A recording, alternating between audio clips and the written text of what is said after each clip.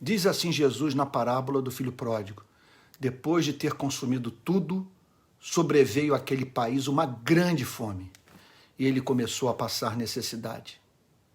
Esse é um outro sinal e consequência prática do distanciamento de Deus. O ser humano consumir o que o Criador lhe deu. A cultura passa o script. Artistas, escritores, cineastas, articulistas, pregadores até mesmo, incapazes de conduzir suas próprias vidas, uma vez que viver à luz do que pensam significa ser remetido para um mundo de tensões pessoais, morais e intelectuais, exercem sua influência, fazendo o convite para a crença numa espécie de visão de mundo que deixa o homem apenas entregue às suas paixões e o poder de exercê-las. Significa sair do cinema, absorver o conteúdo do livro, ouvir a canção, ler o artigo, para ser o que você é, ainda que o ser que me tornei tenha se tornado mesquinho, infantil, mimado. Em vez de um ego a ser moldado pelo amor, disposto a assumir um outro formato que torne a passagem por esse planeta um feito da graça divina, decido ser o que sou, sujeito a apetites, inclinações, valores que transformam meu ego numa estátua de mármore, cristalizando o que me apequena.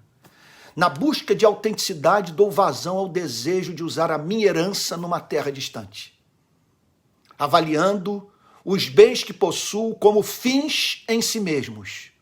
Aquilo que deveria ser visto como meio para a promoção do que de melhor posso ser, passa a ser encarado como o ídolo ao qual devo cultuar com exclusividade. O resultado final é a perda da saúde, da sanidade mental, do caráter, da capacidade de se maravilhar, da fé nessa frágil, incerta e fugaz vida que vivemos. É o roteiro da loucura. Afirmo o ego, mas que ego? Até quando deixarei aquele menino que fui guiar a minha vida adulta até a morte? Porque não posso me reinventar? Por que não seguir o modelo de Cristo? Morrer para que outros vivam. Viver para que o Pai viva em mim.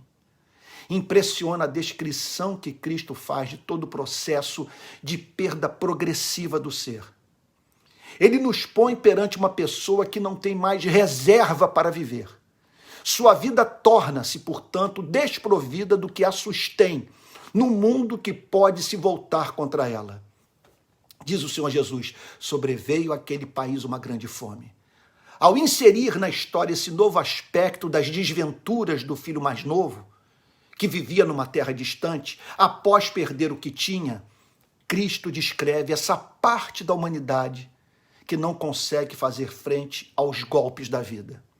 Estamos perante alguém que não tem resposta a dar às adversidades. Tudo se voltou contra ele. Veio a pandemia, colapso econômico, crise política, risco de morte, cerceamento do direito de ir e vir, bares e restaurantes fechados, estádios de futebol vazios, e esse que atendeu ao chamado para gastar o que tinha numa terra distante, não consegue ficar dentro de casa em contato consigo mesmo. Ouvir-se é um tormento. O homem sem Deus é um ser sem reservas para viver.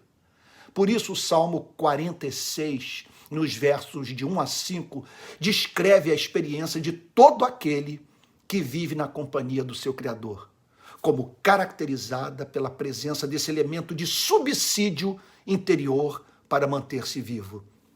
Diz assim o Salmo: Deus é o nosso refúgio e fortaleza, socorro bem presente nas tribulações.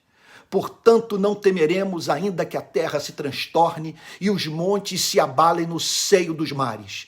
Ainda que as águas tumultuem e espumejem, e na sua fúria os montes estremeçam. Há um rio cujas correntes alegram a cidade de Deus, o santuário das moradas do Altíssimo. Deus está no meio dela, jamais será abalada. Deus a ajudará desde o romper da manhã. Cristo, no seu propósito de revelar como Deus vê o drama dos homens e mulheres afastados do seu Criador, descreve o estado de petição de miséria do filho mais novo. Abre aspas, e ele começou a passar necessidade, fecha aspas. Não se trata de uma necessidade imposta inexoravelmente pela vida. Cristo fala de uma escolha. Uma decisão foi tomada. O resultado final é um homem sendo jogado de um lado para o outro pelos ventos da vida. Voltando para a analogia usada por Cristo, estamos diante de alguém faminto. Falta-lhe o pão. Onde encontrá-lo?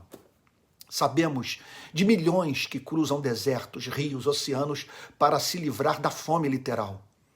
Agora, como explicar os que não fazem o mesmo quando a fome é de sentido para viver?